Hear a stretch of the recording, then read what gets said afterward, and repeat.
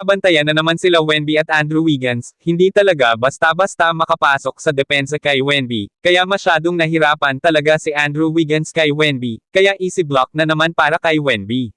Makikita dito na ginawa ng screen si Wemby, para hindi na eto makahabol pa, at may ginawang fake shoot pa ang taga Golden State kay Wemby. Pero eto po ang nangyari sa kanilang laban. Kapag nagustuhan nyo ang video nato, sana supportahan naman ako umangat ang ating munting YouTube channel, sa inyong pag-subscribe at pag-share, napakalaking tulong na yan mga idol, para sa akin, maraming salamat po.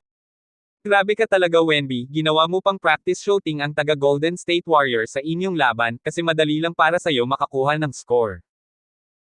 At hanggang dito na lang muna tayo mga idol, at maraming salamat pala sa inyong walang sawang panunood sa ating munting YouTube channel. Sana hindi kayo nakalimutan mag-subscribe at mag-share sa ating munting YouTube channel, at ulitin ko, maraming salamat po sa inyong lahat.